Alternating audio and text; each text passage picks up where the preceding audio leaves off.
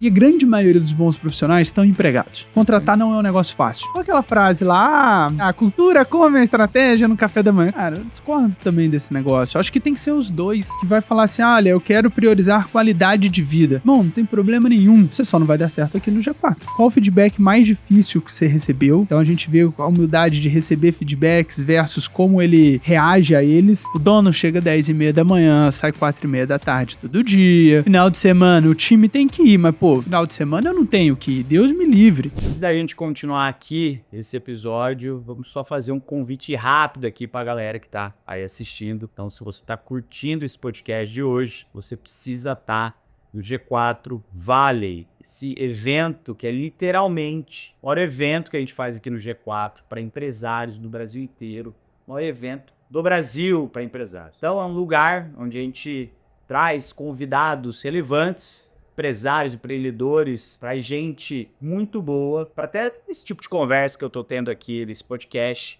para trocar uma ideia ao vivo com vocês, ensinar vocês também. Então são mais de 10 mil empresários que vão estar lá presentes, vivendo isso na prática. São 3 dias de imersão com conteúdo de alto nível, sobre gestão, marketing e vendas, e a gente junta essa comunidade, a gente junta esse networking real, onde você vai estar junto de quem de fato está fazendo acontecer, construindo o Brasil. Então, aproveita aí, ó, já leu o QR Code que a gente deixou aqui na tela, ou clica aí no link que pedi aqui para o time colocar na descrição para você reservar o seu lugar no G4 Valley.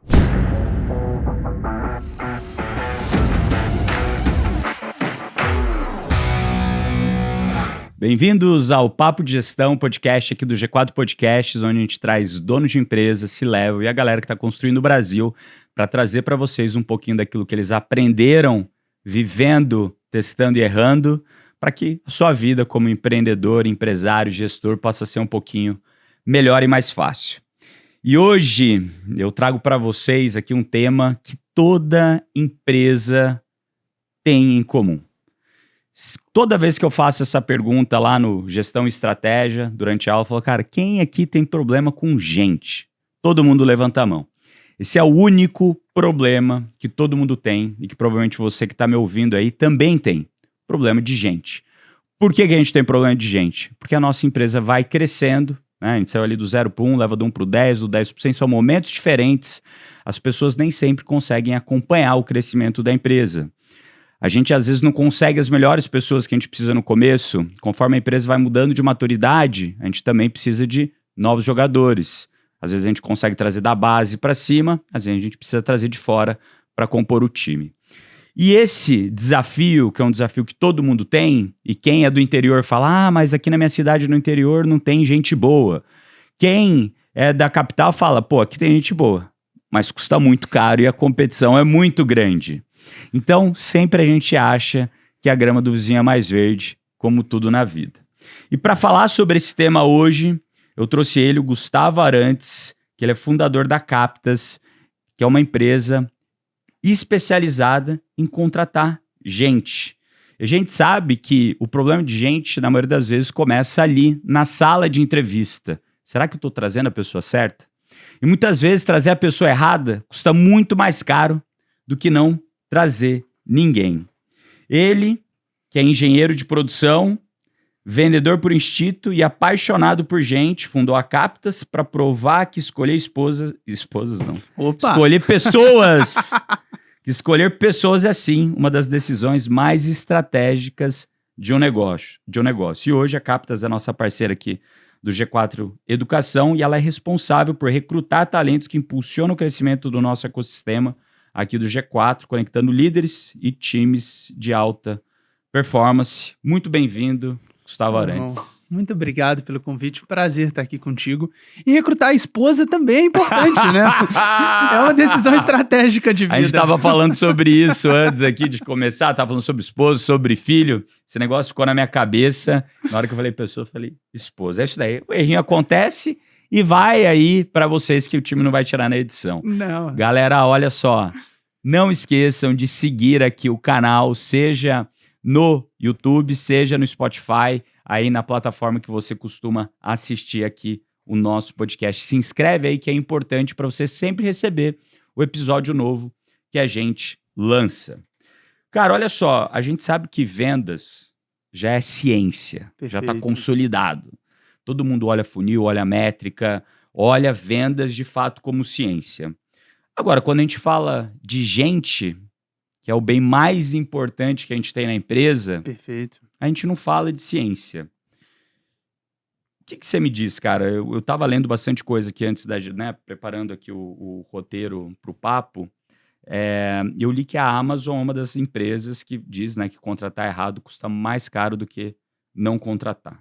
Ou do que você errar no produto. Você concorda com isso? Concordo. Primeiro que todo mundo acha que entende de gente porque a gente convive com pessoas o tempo todo ao longo da vida. Vendas, a gente começa a conviver um pouquinho mais tarde. Mais velho e a gente vê o valor em vendas depois de mais velho, né? Porque no início ninguém também quer ser vendedor.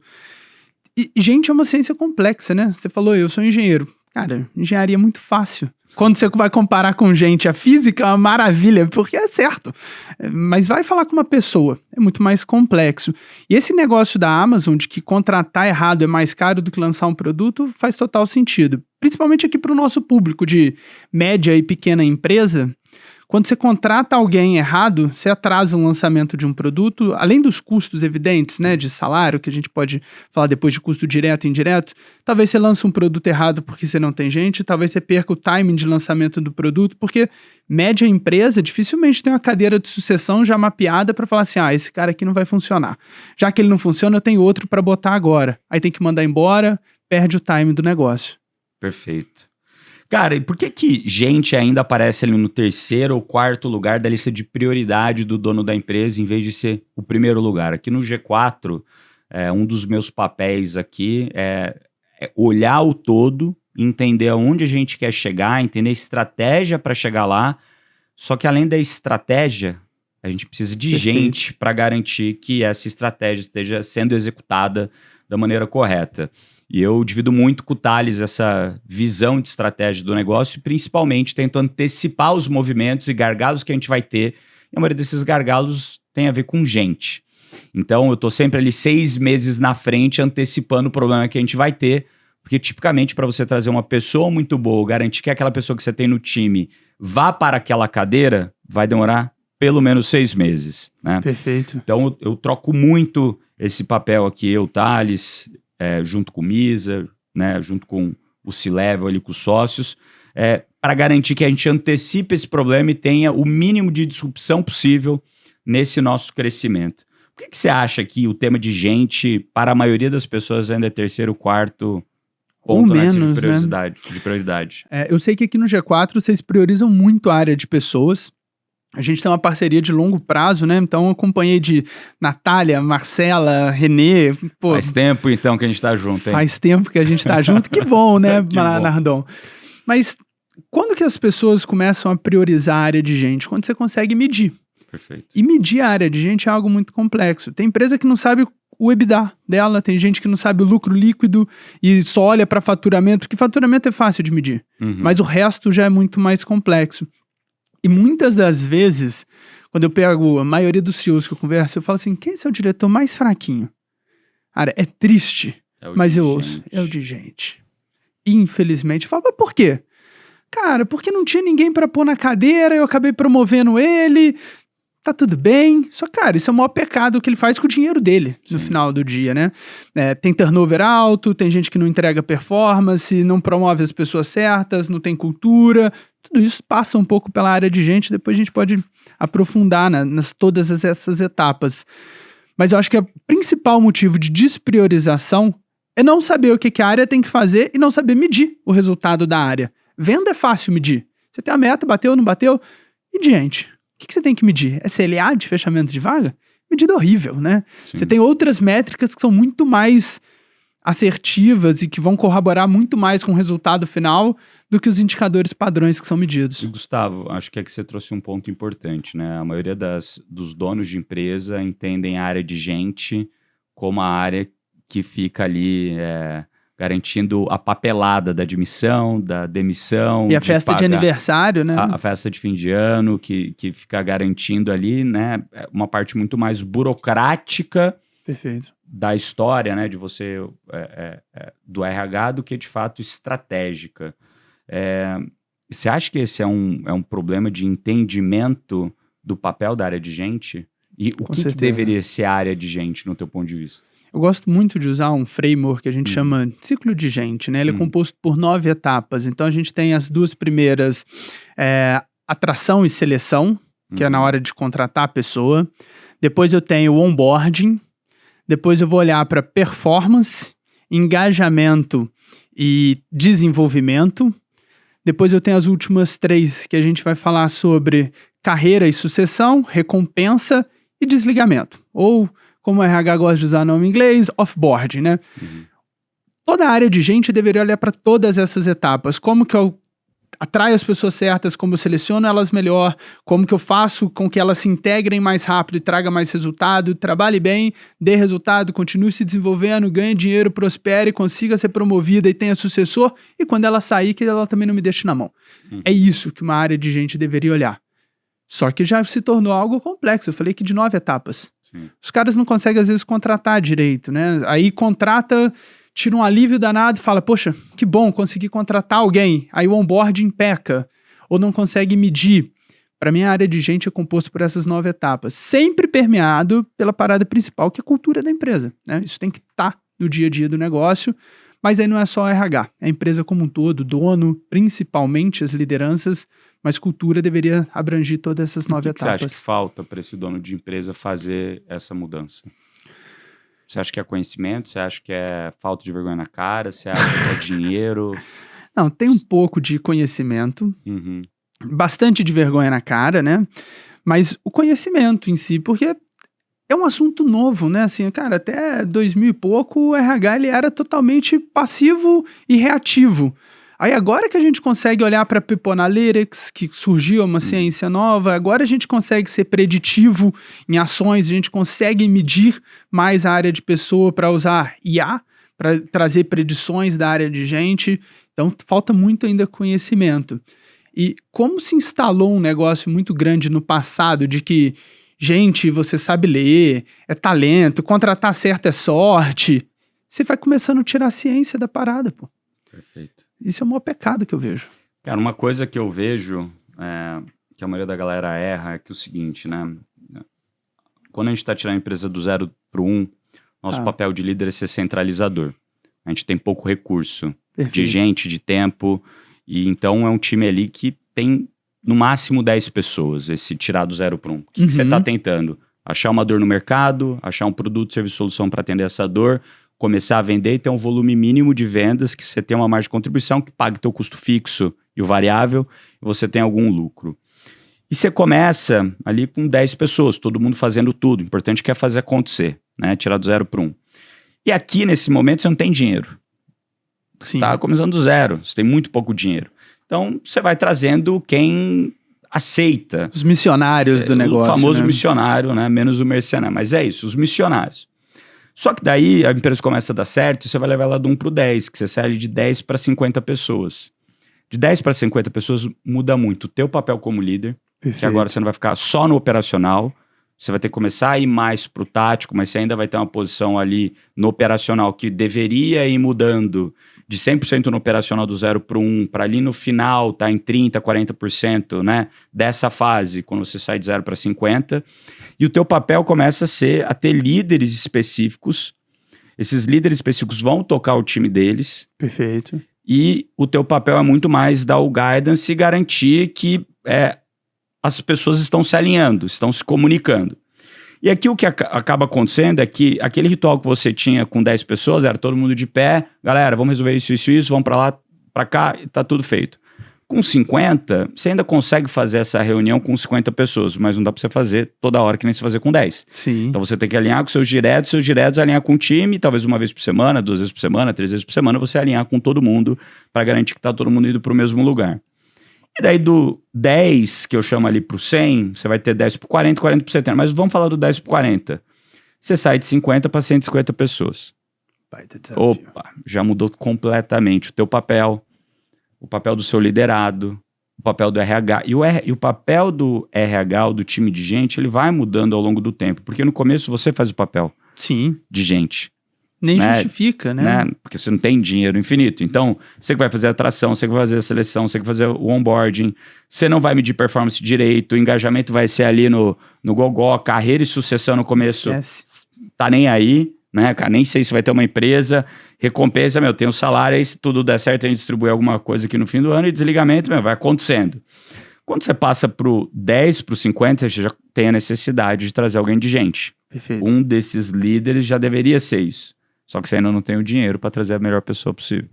E daí você coloca o papel de gente para uma pessoa que vai fazer a burocra de rodar. Uhum. Porque antes era você ou alguém do teu time rodando ali a burocra, um contador rodando a burocra, tipo admissão, pagar a hora. Cara, essa loucura. Do 50 para o 150, daí talvez você tenha dinheiro.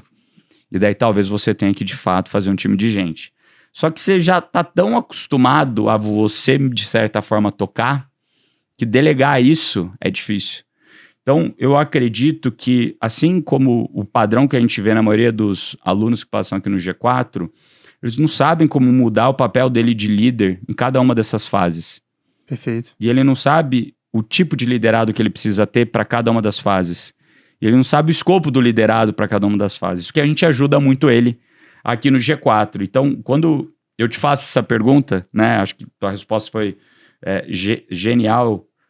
Eu percebo que é isso, que foi o que eu passei em todas as empresas que eu saí do zero. Logicamente, quando a gente foi montar o G4, que já não era a primeira, já não era a segunda, já não era a terceira, a gente já montou certo, trazendo gente boa. Natália, né? Um beijo para você, minha querida, que estava lá desde o comecinho, ajudou muito a gente a formar essa área aqui de gente muito bem. E Nardon, você tá tão correto no que você falou, que quando eu fiz o Gestão Estratégica com vocês 2, 3 anos atrás, eu tava com uma dor muito grande de fazer essa transição.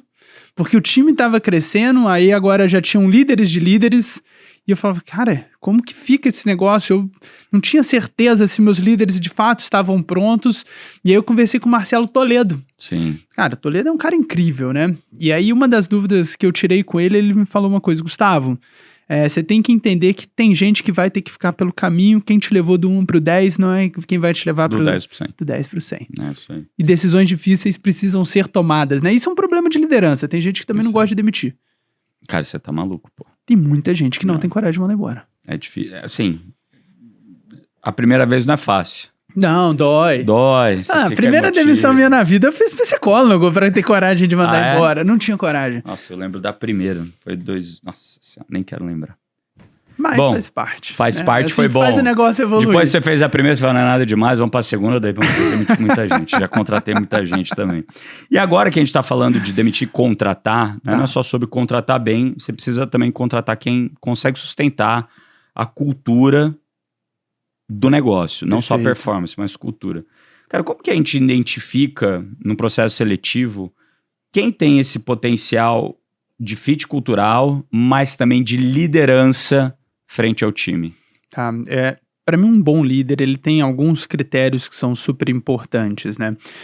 Um primeiro critério, para mim, fundamental é autoconhecimento. O líder que não se conhece, ele vai ter muita dificuldade de gerir time, de tomar decisões difíceis, de tomar decisões que às vezes são impopulares, mas são necessárias de serem tomadas. Autoconhecimento para mim é crítico. O segundo valor que eu percebo muito em líderes que fazem o negócio dar certo é uma humildade, né? Como que esse cara vê a vida dele? Ele sempre é ele o protagonista, ele que fez e deu os resultados ou foi o time? E quando não dá resultado? Ele tem o comprometimento extremo dele puxar para ele a responsabilidade? Porque na grande maioria das vezes a gente sabe que a liderança deu certo, é bonito pra caramba, todo mundo ganha, não sei o que. Deu errado, bicho. Você que toma o couro, você que é o dono do negócio, você que tem que resolver, né?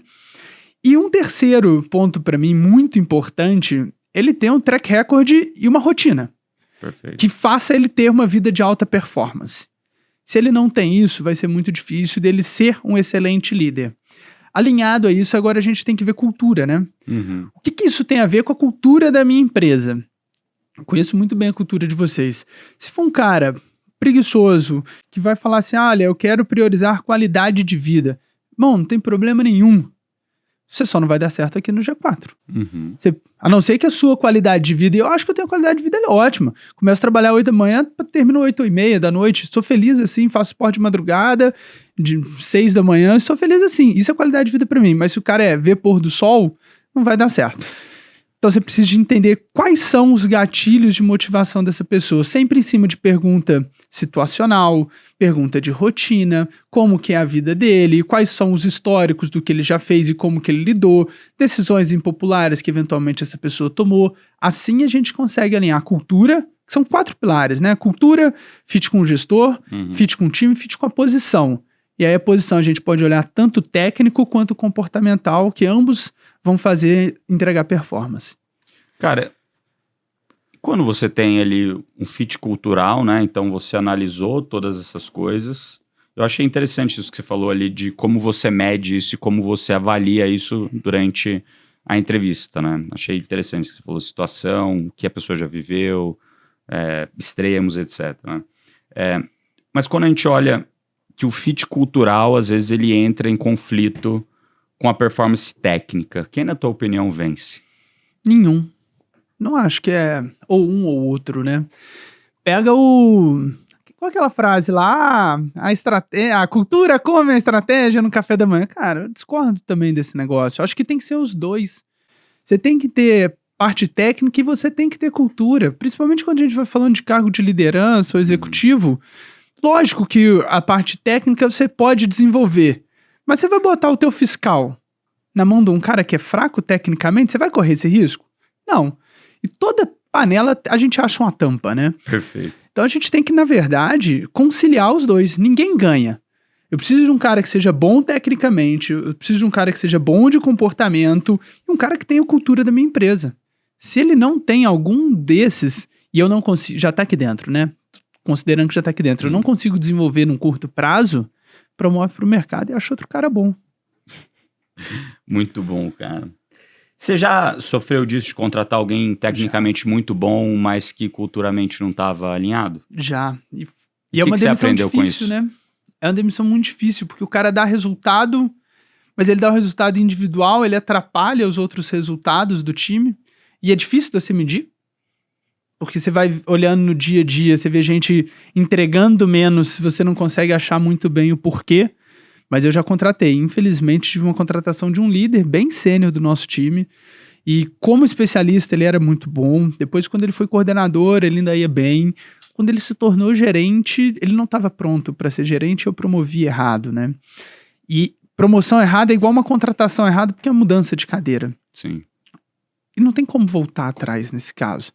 Cara, começou a dividir a empresa virou lado A e lado B, umas certas picuinhas, umas não verdades sendo ditas a respeito de algumas pessoas. São decisões duras, difíceis de serem tomadas, mas tem que mandar embora, Nardon. E como é que foi para você, aonde você acha que você errou ali? Qual momento você poderia ter evitado isso? 2 momentos, né? Um é fazer promessa antes demais, cedo demais, porque estava entregando bem. Eu falei, cara, continuar entregando assim, no final do ano a gente vai mudar, se prepara, não sei o quê. Chegou no final do ano, acho que não era a hora ainda dessa mudança acontecer. Mas você tinha prometido já? Mas eu já tinha dado a palavra. E palavra é igual contrato, né? Cuspe na mão, apertou, tá valendo. Palavra é difícil, assim, não tem preço. Então prometi cedo demais e demorei para tomar decisão, tá? Já era uma decisão que... Ele era uma pessoa flexível, vamos dizer assim. Ele ia e voltava, igual lá. Você dava um feedback, melhorava, passava um tempinho, voltava para onde estava. Ele não era adaptável. Então eu fui tentando dar os feedbacks, mas chegou uma hora que eu falei, cara, esse elástico já tá cansando de voltar essa mola. E as pessoas já estão percebendo isso. E aí entra um negócio de covardia moral, assim, que é um problema enorme de alguns líderes, que é não tomar decisão impopular, não ter conversa difícil, não fazer o que é maior pro todo em detrimento de indivíduo. Para mim, sempre time é maior, empresa é maior do que time é maior do que indivíduo. Sim. Mas você gosta do indivíduo num nível pessoal, e aí como que você toma essas decisões? São difíceis de serem tomadas. O que a Captas faz? Conta aí pra gente. Bom, vamos lá. A Captas é uma consultoria de recrutamento e seleção, especializada em contratar para médias e pequenas empresas, sendo que a gente tem 6 verticais de especialização. Eu tenho um time que só contrata para a área de finanças, eu tenho um time que só contrata para a área de vendas, outro que contrata para marketing, outro para engenharia, outro para tecnologia e outro para RH e back-office, de forma geral. Então a gente tem essa verticalização, porque, igual eu te falei, o técnico é importante, né? Perfeito. Então, quem fala assim, quem contrata um negócio, contrata tudo. Cara, eu não sei contratar tecnologia? Como é que quem contrata um negócio, contrata tudo? Então, a gente é dividido por vertical de especialização para atender melhor o cliente nesse aspecto. E como é que funciona? Eu vou lá, chego para você e falo, eu preciso de uma pessoa nessa vaga aqui. Como é que funciona esse processo? Você vem dentro do G4, entende a vaga, entende o que eu preciso, me ajuda a montar. Me explica aqui, eu sei como funciona, né? Mas explica pra galera aqui. Boa, vou contar um caso nosso aqui. A gente tá trabalhando numa posição de vocês, e aí o Salta virou e falou assim, Gustavo, a gente precisa de contratar um determinado executivo. A gente veio presencial aqui, porque o que eu quero entender no início de uma vaga para fazer essa reunião de alinhamento são aqueles 4 aspectos que eu falei lá no início. Eu preciso de entender a cultura, cultura de vocês eu já conheço, mas eu preciso de entender o gestor. Perfeito. E não tem certo e errado no gestor e na cultura, tá? A cultura não é um negócio para ser inclusivo, pelo contrário, a cultura deveria ser exclusiva da sua empresa. Quero conhecer o time, se eu puder conhecer as pessoas, é sensacional, eu quero entender no detalhe a vaga. Nessa hora, a gente vê algumas coisas que, como consultoria, é minha importância falar, isso está desalinhado, isso você não encontra, ou isso aqui dá para adicionar esse pré-requisito nessa posição, para a gente fazer um bom alinhamento de vaga. E a grande maioria dos bons profissionais estão empregados. Contratar não é um negócio fácil. Então é hunting. E para quem gosta, que está ouvindo aqui, que gosta de venda, contratar é como se fosse uma venda. Você tem um processo de outbound, que é quando você busca o candidato, você tem um índice de retorno, tudo metrificado. Dos que eu tenho retorno, eu primeiro faço uma pré-entrevista, como se fosse uma qualificação, depois eu entrevisto de uma forma decente. É uma venda. É uma venda. E minha função é conciliar interesse da empresa com o interesse do candidato. Até eu chegar numa lista, tá? Final. Uma média de um executivo, eu abordo 80, falo por telefone com cerca de 50, entrevisto mesmo 25, para chegar em 5 finalistas. É um funil bem desenhado. Que loucura. Mas se eu falei com 50, e desses 50, Nardon, imagina que só 3 quiseram a vaga. Não tem um número muito estranho aqui? Eu preciso de entender o porquê. Por isso que é tão importante metrificar isso ao longo do processo. Muito legal. E daí, depois, esses últimos 5 finalistas, o time mesmo entrevista, a empresa entrevista. Eu apresento para vocês, libero uma sala de entrevista, se for presencial, inclusive, vocês falarem assim, Gustavo, quero que alguém do seu time acompanhe essa entrevista, a gente acompanha, a gente pode até conduzir e o cliente ouvir a entrevista. Mas no final tem que ser uma decisão compartilhada de quem a gente acha que faz sentido e a decisão final é dele, né? Para ele tomar a decisão. Negocio com o candidato proposta, dou feedback para candidato reprovado, a gente tem uma garantia que se a pessoa entrar e não entregar performance, a gente faz a substituição. Tudo isso porque o tempo do dono da empresa é um tempo escasso. Sim. Quando você tem 100 funcionários, nem sempre sua maior escassez é só o recurso financeiro. Na grande maioria das vezes esse é o tempo, né? Então eu quero otimizar o tempo dele para ele fazer um alinhamento de vaga, validar os perfis, fazer as entrevistas e ver quem são os candidatos que de fato fazem sentido. Agora eu fiz online e quero presencial. Eu vou marcar, vou garantir que ele só precisa estar presente ali para tomar a decisão. É a minha função de serviço. E eu acho interessante isso, que muita gente fala, mas que eu não acho candidato bom. Quanto você procura? Quantos você procura? Você procura 5, entra em contato com 3... fala com 1 e contrata esse. É uma viagem de amostragem que você tem, Que loucura, né? Cara. E isso é o que acontece na grande maioria das vezes.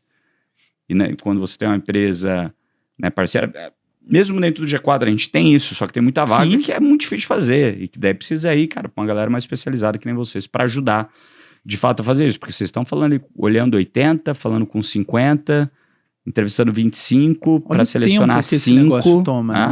Para selecionar 5 dos 5, 1 vai entrar. Isso quer dizer que, e isso já entendendo tudo, o escopo, entrando no detalhe, fazendo advogado do diabo, falando isso aqui não tá certo, isso aqui tá errado. Ou seja, a qualidade do candidato que vem, provavelmente o match vai ser muito mais perfeito. Daria até para montar outro business, né? Business de casamento, igual lá na Índia, né? Cara, é um negócio, né? Mas se você for pensar... Fazer os casamentos marcados. É melhor que o Tinder, já apresenta, né? O Tinder você tem que escolher. E o negócio do Tinder é que o sucesso do Tinder é que acaba ali, né? deu certo, o cara um gostou do outro, eles saem do aplicativo. Vaga não, eventualmente vão surgir novas vagas, né? A gente espera que o casamento não. Agora, existe mesmo impacto financeiro direto numa contratação mal feita? Dá para quantificar esse prejuízo se você traz alguém errado? Dá para quantificar o direto e depois a gente pode falar também do indireto, que eu acho que é legal. Mas vamos pegar aqui direto. Salário, encargos trabalhistas, esse é o que todo mundo sabe medir, né? Material de onboarding, tempo do gestor gasto em treinamento, porque se gasta muito tempo. Em entrevista também anterior. Entrevistas anteriores, depois você vai ter às vezes, um atraso de lançamento de produto. Vamos falar que eu estou contratando um líder de tecnologia aqui da sua área, um arquiteto de solução. E precisa da validação dele num produto, ele demorou 2 meses para entrar, depois ele entrou depois de 3 meses, você percebeu que ele não deu certo, aqui a gente já falou de 5 meses, vamos reabrir o processo, vamos gastar 2 meses de novo? De 5 já virou 7, aí Já ele tá virou um rampada, já virou 10, demorou um ano, você atrasou o seu produto. Então você tem e isso é um custo enorme, esse é o que a Amazon falou que custa muito caro. Sim. Então você tem atraso de lançamento de produto, risco trabalhista, né, Brasilzão, a gente sabe como que o negócio funciona, e tem vários indiretos, que são, cara, tão grandes quanto, que é diminuição de performance da equipe, eventualmente existe turnover, que você bota um líder que não tem nada a ver com a empresa, não tem nada a ver com o time, tem gente do time que desengaja e sai da empresa. Liderança é um dos maiores fatores de desengajamento que existe. Perfeito. Tem um estudo de Harvard que fala sobre isso, né? 90% dos motivos da pessoa pedir demissão é pelo líder direto, não por causa da empresa. Exato. E foi uma contratação errada, Sim. se você contrata um líder. Então tem muito custo indireto nesse negócio. Contratar errado é caro pra caramba. Muito bom, cara. Galera, olha só. Como o Gustavo aqui bem falou, contratar errado pode custar até 3 vezes o salário de funcionário ou muito mais, né? De tudo isso que a gente falou, quase 1 ano aí perdido se você trouxe alguém errado. Exato. E pensando nisso, a gente preparou um material aqui para vocês gratuito para ajudar você a contratar da maneira correta. O material chama Contratação, Você Tá Perdendo Dinheiro.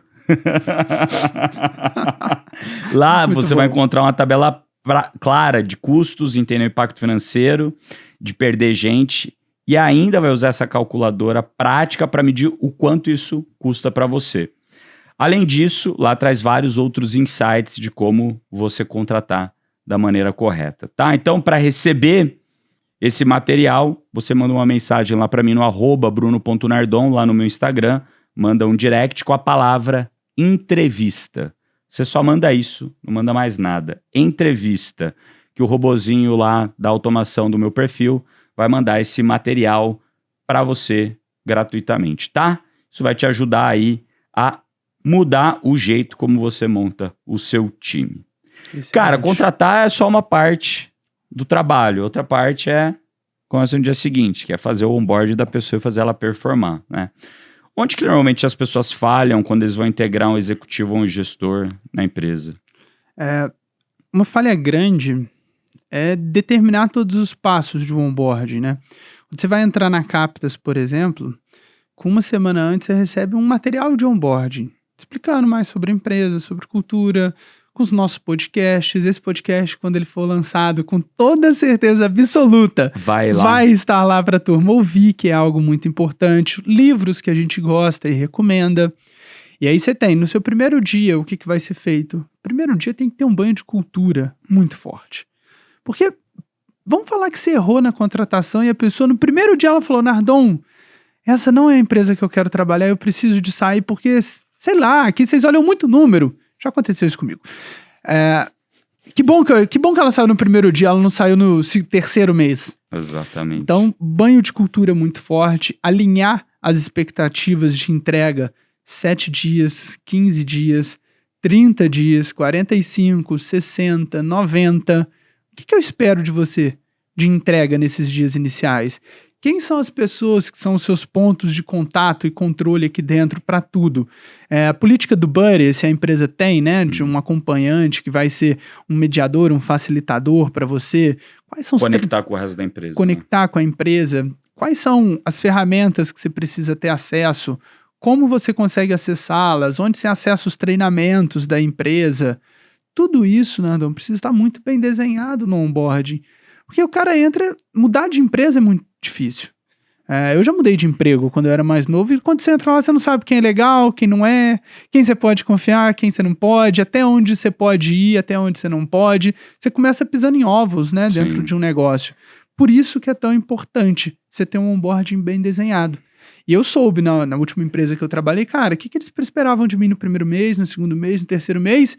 E aí, quando você entrega mais, você já sai feliz, né? Já sai grande, né? Fala, cara, deu certo, fui bem, tá tudo indo bem, fluindo bem. E troca de feedback. E o que você considera inegociável para um bom onboarding? Tem que ter.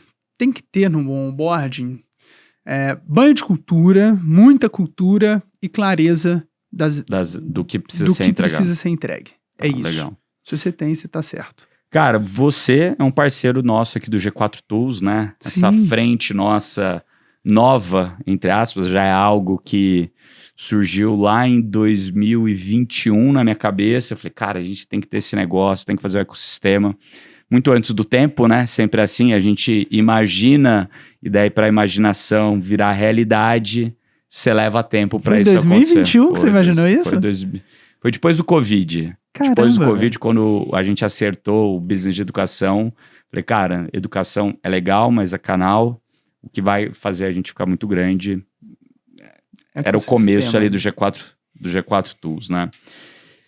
E o G4 Tools é essa ferramenta nossa, né? Que conecta os empreendedores a serviços de excelência.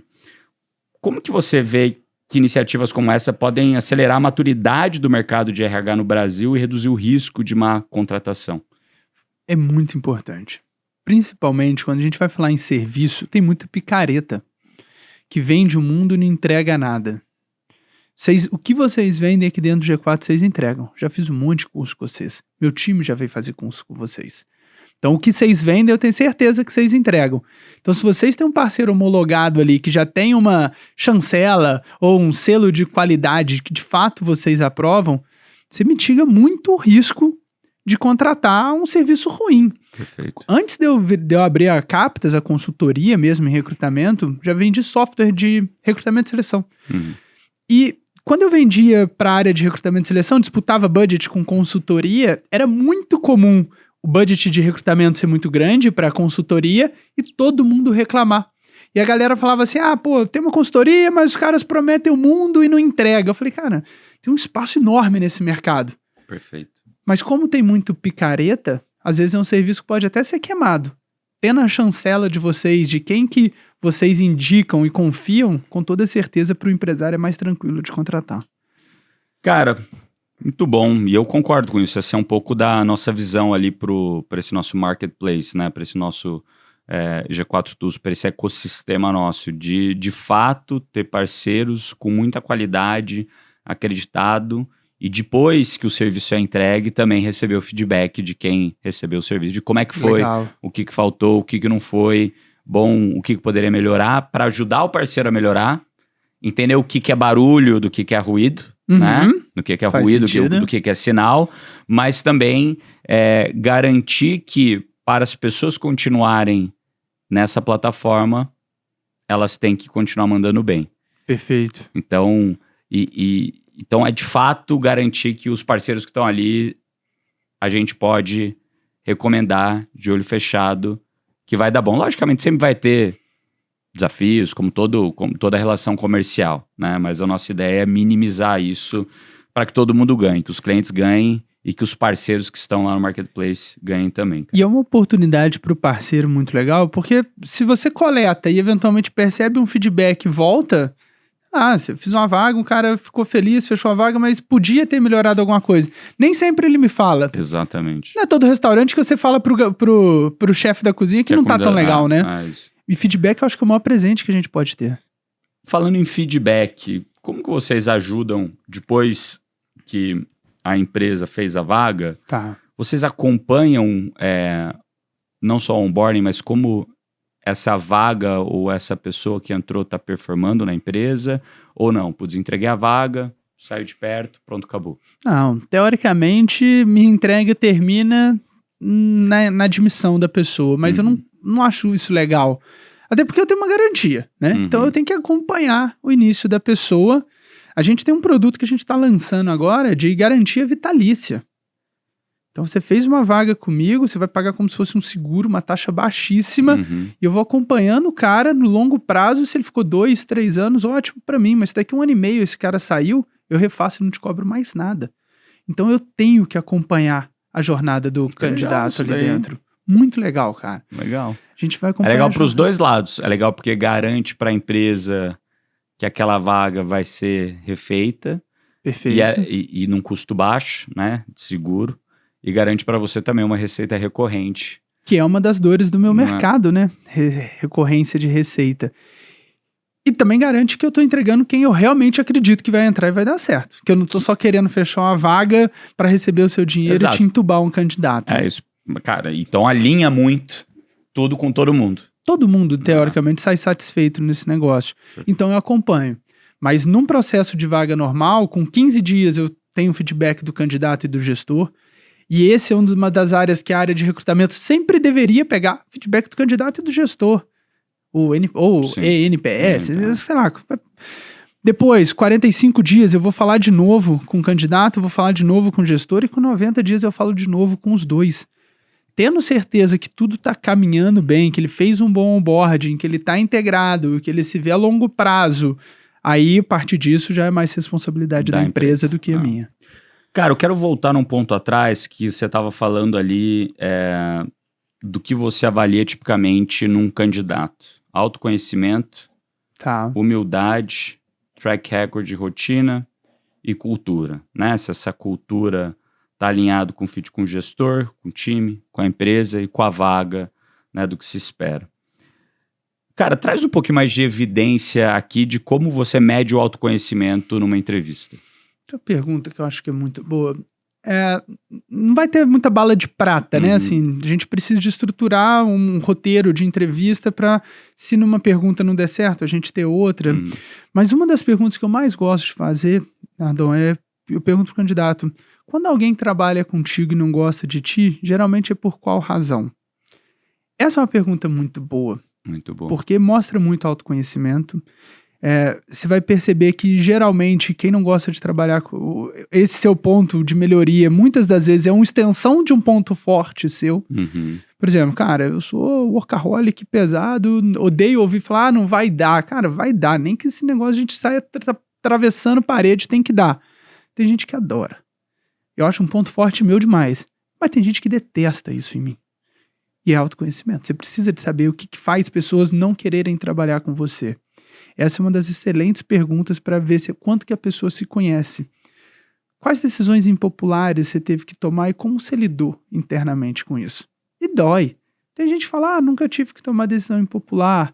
Pô, quanto você já se expôs para de fato você ter que se conhecer na fundo? Sim. Então, decisões difíceis que ele tomou e como que ele lidou com elas, também a gente consegue medir bastante autoconhecimento. E humildade?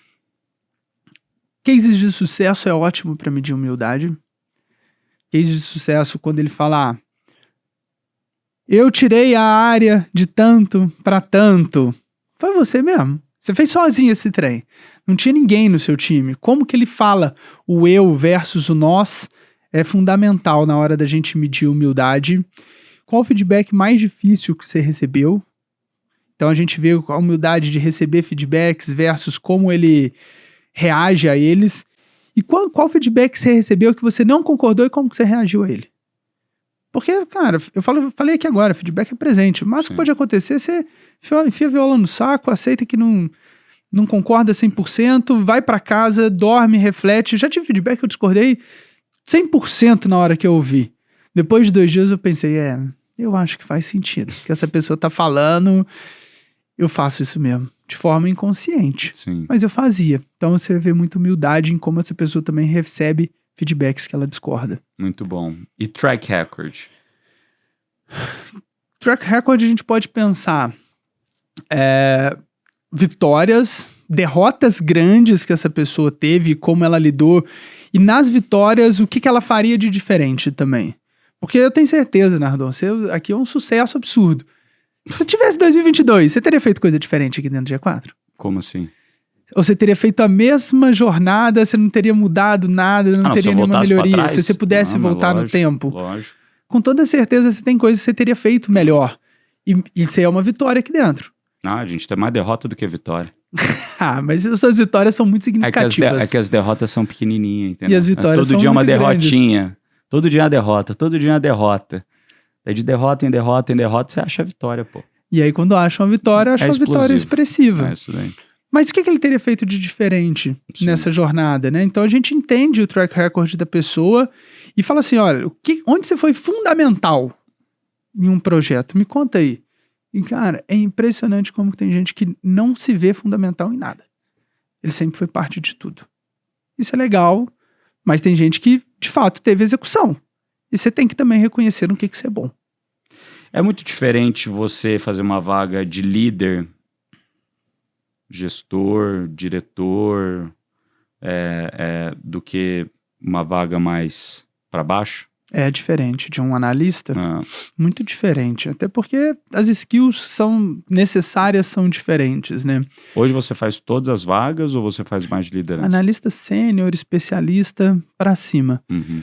Porque a vaga de entrada, eu até indico isso para os meus clientes, falo, cara, você não precisa de um headhunter para fazer isso. Você tem que fazer isso. Você pode fazer isso, você divulga, você consegue achar gente boa divulgando, colocando uma ferramenta de triagem, uma IA, alguma coisa inicial que não vai ser cara, mas vai ser muito mais barato do que você me contratar para eu fazer essa vaga para você. Uma vaga complexa, que você tem que fazer o hunt, que você tem que persuadir o candidato de forma positiva, vender a vaga para o candidato, aí justifica me pagar. Mas o processo é diferente. Até porque o que essa pessoa viveu para uma vaga de diretor versus o que ela viveu para uma vaga de analista é muito diferente, né? Perfeito. Então a qualidade da a profundidade da entrevista tem que ser maior. Às vezes eu gasto 1h30 numa entrevista. Muito bom. Cara, você falou aqui de IA. Como que você enxerga esse papel de tecnologia, IA, dados no futuro da contratação? Já é realidade, né? Já deveria ser, então, no pelo presente menos, da né? contratação. Mas vai aumentar, tá? Assim, já é realidade. Lá na Captas a gente usa muito. Pegando 2 anos atrás, a gente fazia uma entrevista, depois eu tinha que transcrever praticamente a entrevista para montar um parecer dessa entrevista para enviar para um cliente. Montar um parecer, às vezes, gastava 1 hora. Hoje, não. Hoje, a IA já entra, grava, transcreve, bota dentro do meu ATS, que a gente usa o Salesforce, né? Sim. Já bota dentro do Salesforce e eu já estou pronto para mandar para o cliente. Assim. O que eu gastava mais de horas, hoje eu não gasto nada. A IA acompanha as entrevistas dentro da Captas e lembra ao recrutador os pontos que ainda não foram avaliados. Porque eu subo o job description da posição. Mas você que criou isso internamente ou são ferramentas de mercado isso? Essas a gente criou. Legal. A que integra, que faz só a transcrição e joga para o sistema, já existe de mercado. Mas a que vai validar a entrevista, os pontos que a gente ainda não avaliou, que precisam ser avaliados, que dá nota para o meu recrutador da qualidade de entrevista. E isso é importante pra caramba, isso já é realidade e deveria ser. Mas como você falou lá no início, quando é a 3ª ou 4ª prioridade de uma empresa, ela não vai botar isso agora. Perfeito. Vai demorar para isso ser implementado. Cara, você acha que o Brasil está preparado para competir nessa guerra global por talento? Ou a gente ainda está em desvantagem? Estamos em desvantagem. A gente forma gente boa, né? A gente tem bons profissionais. Só que nossa moeda é muito desvalorizada, Nardon. Pega a tecnologia, um desenvolvedor que fala inglês fluente. Tem empresa brasileira que corre desses caras, porque a empresa gringa vai pagar em dólar. Então você vai pagar um desenvolvedor sênior aqui no Brasil 15 mil, 20 mil de salário, cara, é 4 mil dólares. Lá no exterior ele vai ganhar 7, 8 mil dólares. A tributação ainda é muito melhor do que o CLT aqui no Brasil. Então a gente está em desvantagem por questões trabalhistas e moeda fraca. Isso influencia muito. Mas a gente forma gente boa, tá? O brasileiro, ele é virão, o brasileiro, ele é trabalhador. A gente tem um negócio de extreme ownership em muitas pessoas. Isso, para mim, é um dos maiores valores que eu tenho dentro da Captas. Quem tem esse negócio, vinga. A gente consegue sair do outro lado. Só que a gente tem alguns outros problemas que a gente conhece muito bem, de leis trabalhistas, governo, moeda, que isso tudo faz o Brasil deixar de ser o que pode ser em termos de contratação e de mão de obra. Vamos falar sobre cultura, né? Você faz muita vaga para muita empresa diferente, o que você falou, né? A cultura, ela é exclusiva, inclusiva. Então, cada um tem a sua cultura. Certo. E a cultura, tipicamente, vem muito dos fundadores, dos líderes, dos donos, que implementam aquela autenticidade deles no próprio negócio. E por viverem isso de maneira constante e disciplinada e repetirem todo dia da mesma maneira, aquilo vira uma cultura no negócio, seja dita ou seja não dita.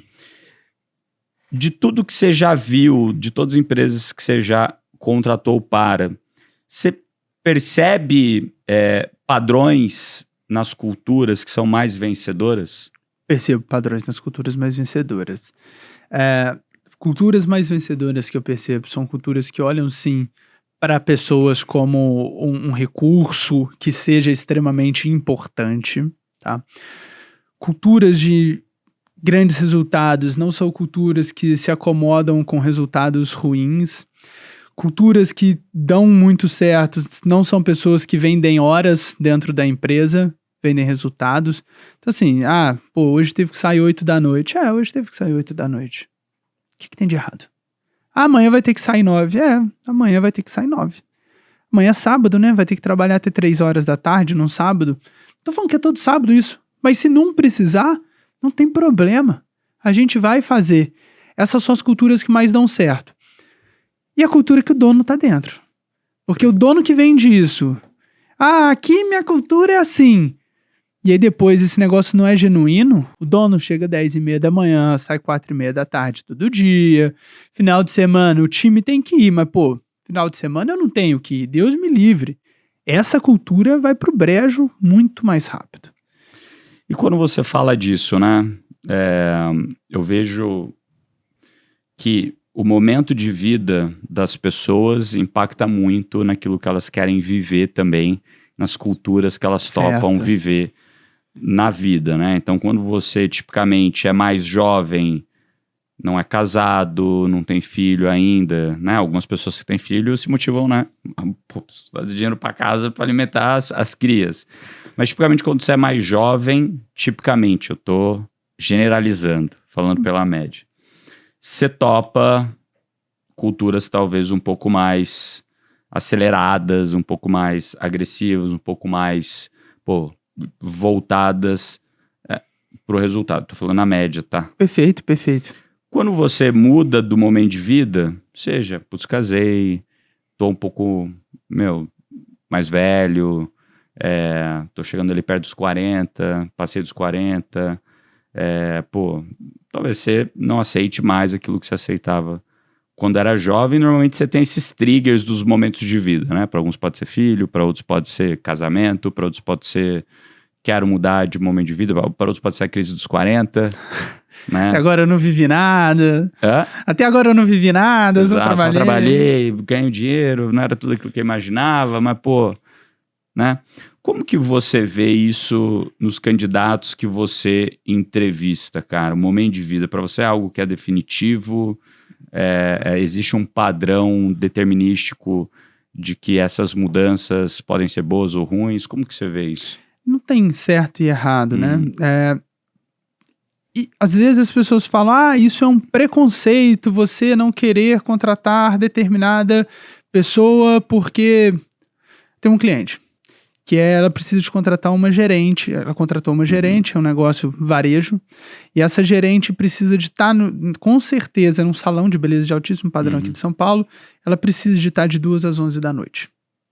Só que 11 da noite, ela é responsável por fechar o caixa, ela é responsável por fechar o salão, ela é a principal pessoa do salão e o salão funciona à noite. Ela falou, Gustavo, infelizmente hoje eu não posso contratar uma mãe que tenha um filho menor de 3 anos e que não tenha uma boa rede de apoio. Eu falei, tudo bem, me explica. Ela falou, porque se essa pessoa não for, meu salão não fecha. Não posso fazer isso. Ou eu vou ter que ficar toda noite lá até as 11 da noite. Então, não é preconceito, Nardon, é o momento de vida das pessoas. E a gente, como dono do negócio, eu preciso de contratar quem vai fazer sentido para minha empresa. Então não é que tem certo e errado. Eu tenho a Aline, que é minha sócia, a Aline tem um filho que nasceu em dezembro. Cara, a Aline Abril já tava trabalhando duro pra caramba. É a que primeiro chega no escritório, chega 7h pouca da manhã no escritório, vai embora à tarde, entrega o que tem que entregar. Quando deu alguma bucha com o Bernardo, pô, hoje infelizmente o Bernardo caiu. Ela teve que sair correndo pra ir ver como que tava lá. A gente é uma empresa que totalmente flexível quanto a isso, mas ela é uma menina que trabalha muito duro e vai continuar sempre sendo assim. É dela. Uhum. Se eventualmente um dia a gente precisar que continue e a Aline quiser mudar um jeito de vida dela, tá tudo certo também. Só que ela vai ter que procurar uma outra empresa, vai ter que vender a participação dela na Captas. Ou a Captas pode ser que a gente mude algum dia de estilo, a gente não seja mais tão tarado em trabalhar. Eu duvido que isso vai acontecer. Uhum. Acho que a gente vai continuar sempre sendo muito tarado em trabalhar. Mas empresas mudam, empresas evoluem. Tem gente que fala, cheguei num patamar aqui pra mim, tá bom. Também. Pessoas mudam. Uhum. E tem empresa que o dono chega e fala, cara, pra mim o patamar de vida que eu cheguei tá bom. Mas pra mim vai ser um esforço que eu não quero mais ter. E aí quem tá ali dentro tem que adaptar, aceitar, porque no final do dia quem vai pagar o boleto é o dono, Uhum. ou mudar. Muito bom, cara. Muito bom. Eu acho que você trouxe pontos importantíssimos aqui, que é isso, né? As empresas evoluem, mudam pro bem ou pro mal. Pessoas evoluem, mudam pro bem ou pro mal. E cada um tem que ter o autoconhecimento de saber aquilo que ele quer, no momento que ele quer, e não ficar aceitando, né? Talvez querer se adaptar a algo que nunca vai se adaptar. Porque é que nem aquele joguinho de criança, né? Que você tem lá um lugarzinho para pôr o quadrado, o triângulo, o círculo, né? O losango. E não adianta você tentar colocar o círculo no triângulo ou o triângulo no quadrado. Não vai encaixar. Não vai. Não vai encaixar. Se você mudou de forma, encontre o lugar que você consegue se encaixar. E tem empresa pra isso tudo, Tem, né? lógico que tem. Eu tenho um cliente, por exemplo, de moda evangélica. E a cultura dele Gustavo, eu só contrato pessoas cristãs. Tá certo, tá errado? Nardon, ele tem 30 anos de empresa, a empresa dele continua crescendo. E eu vou falar que um cara desse tá errado? Não, é da cultura dele. 4h da tarde, todos os dias, eles param pra orar. Se eu tiver um alinhamento de vaga com ele, não é 4h, é 4h30. Eu não consigo fazer reunião com ele 4h da tarde. Porque a empresa inteira vai parar pra orar todo dia 4h da tarde. Tem certo, tem errado? Não. Se você não é cristão, você vai se adaptar a isso? Você vai parar pra orar? Não vai. E você não tem que ser cristão. Tem muita outra empresa que pode dar certo. Pra essa, você não vai dar certo. Mas tem várias outras que funcionam pra ti. Muito bom. Vamos lá pro bate-bola, reta final. O papo tá irado, mas a gente sempre mantém aqui na 1 horinha o nosso papo de gestão pra galera ouvir lá na academia, que é a horinha que a galera faz. Uma contratação que você gostaria de ter feito na vida? Gostaria de ter contratado gente sênior antes de tomar na talaqueta. Uma característica que você nunca abre mão em um time? Comprometimento extremo. Quem trabalha pouco, quem não se dedica, não assume, não tem o accountability, né, de puxar as responsabilidades para si de tudo, não funciona comigo. Uma característica que você não tolera em um time? Quando o eu é maior do que o nosso, e eventualmente o eu fala tão alto que você passa a perna no nosso. Boa. Insuportável. O erro mais comum que você vê gestores cometendo em recrutamento? Não saber o que precisa na hora de contratar, não ter clareza da contratação e aceitar o menos pior por causa disso. Muito bom. A pergunta que não pode faltar em uma entrevista de liderança? Me conta a sua rotina detalhada da hora que você acorda até a hora que você dorme. Muito bom. Um defeito que um líder não pode ter? Vaidade extrema ou irresponsabilidade na tomada de decisão. O que um candidato já te respondeu que você nunca esqueceu? Sempre voltado para a rotina, né? Uhum. Quando eu falei ali, me conta a sua rotina, e um candidato falou assim, olha, eu não gosto de trabalhar. Eu trabalho porque eu preciso. Eu falei, hã? Ele falou, eu trabalho porque eu preciso. Então, assim, o máximo que eu faço é trabalhar as minhas 8 horas por dia. Eu falei, pô, muito obrigado pelo nosso papo. É duro. Você tem que ouvir cada coisa. Já teve candidato, quando a gente fazia vaga menor, que já entrou sem camisa em entrevista, de regata, deitado na cama, daí pra pior. Que maravilhoso, cara. Gustavo, como que a gente faz pra te seguir ou seguir a Captas? Maravilha. Bom, pessoal, vocês podem me encontrar no Instagram, Gustavo_Arantes_.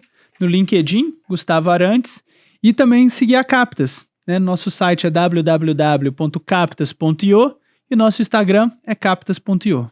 Boa! Mais algum recado final aqui pra turma? Não, muito obrigado. Foi ótimo o papo. Baita papo aqui, viu? Muito legal. Isso aí, galera. Mais um papo de gestão. Se vocês estão precisando fazer vaga, converse aqui com o Gustavo Arantes da Captas. Ele com certeza pode ajudar muito vocês, como ele ajuda a gente aqui no G4.